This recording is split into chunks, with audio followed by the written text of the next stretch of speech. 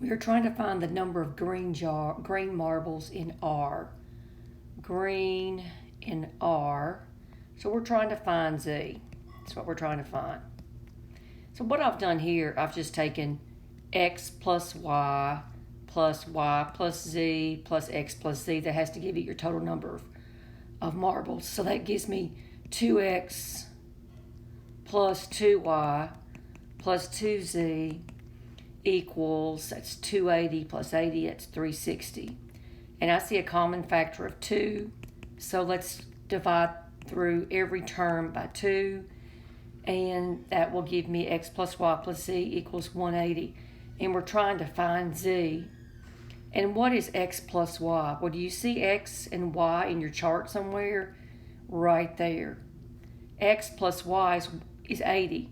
So substitute in 80 plus Z equals 180, Z equals 100. And you have found Z.